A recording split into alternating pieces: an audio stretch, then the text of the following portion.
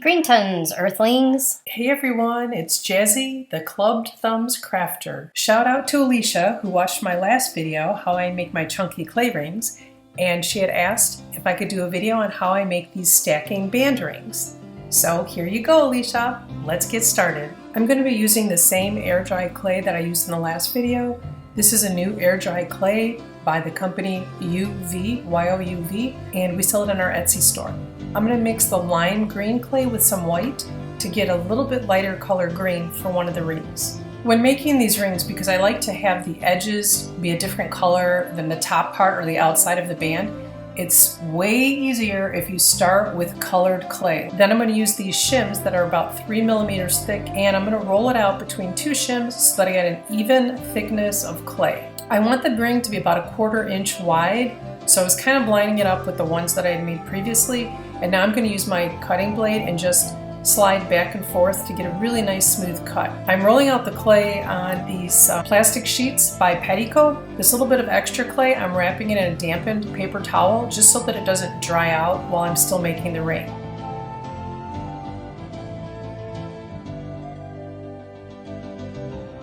This here is some ring mandrels that I got on Amazon. I used them in the last video. They're wooden mandrels. They're really, really nice. I'll put a link in the description box.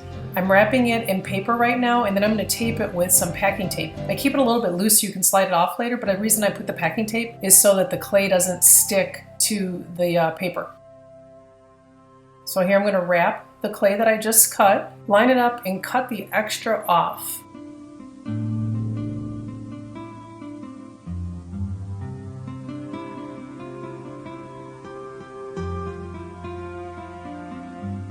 Now I'm going to seam the two ends together with water. Because it's air dry clay, you can add just a very, very little bit of water to soften the clay and make it moist again. And then just use your finger to rub that seam together and smooth it out, make it nice and smooth. I'm using an orange stick for cuticles for nails right here to smooth it out a little bit more.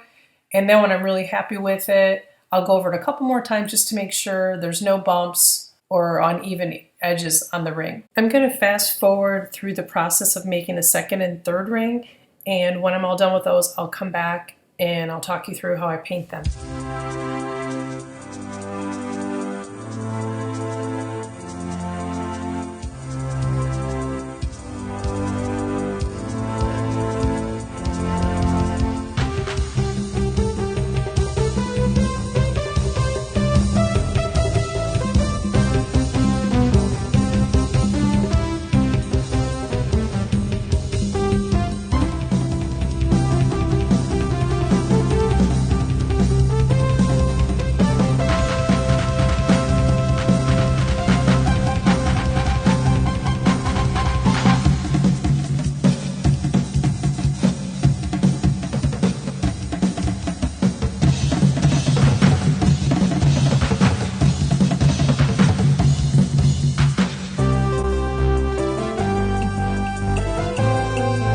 Several days later.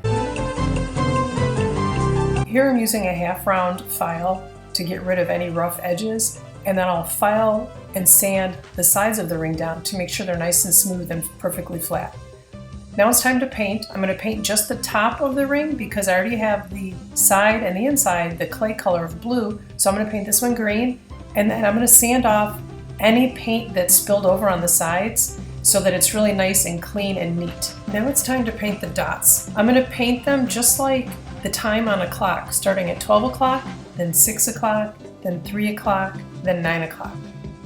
Then I'll go back and I'll split the difference between the dots and then put one dot in between each of the two that I already made.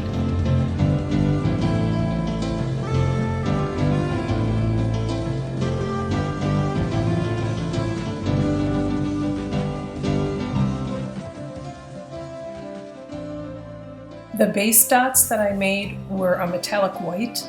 Now I'm going to go over those dots with a smaller dot, and I'm using a toothpick that I cut in half so I get a nice flat surface, almost like the wood dowels. And then I'm doing these in a light blue Now that both sets of dots are dry, it's time to go ahead and clear coat the ring to make it waterproof. I'm using a UV gloss finish, and it's by the company YouV, just like the clay. If you're wondering what's on the end of the wood dowel holding my ring, it's a little wax block. And if you want to see where I get those from, click in the description box below and watch my video on Baby Bell cheese.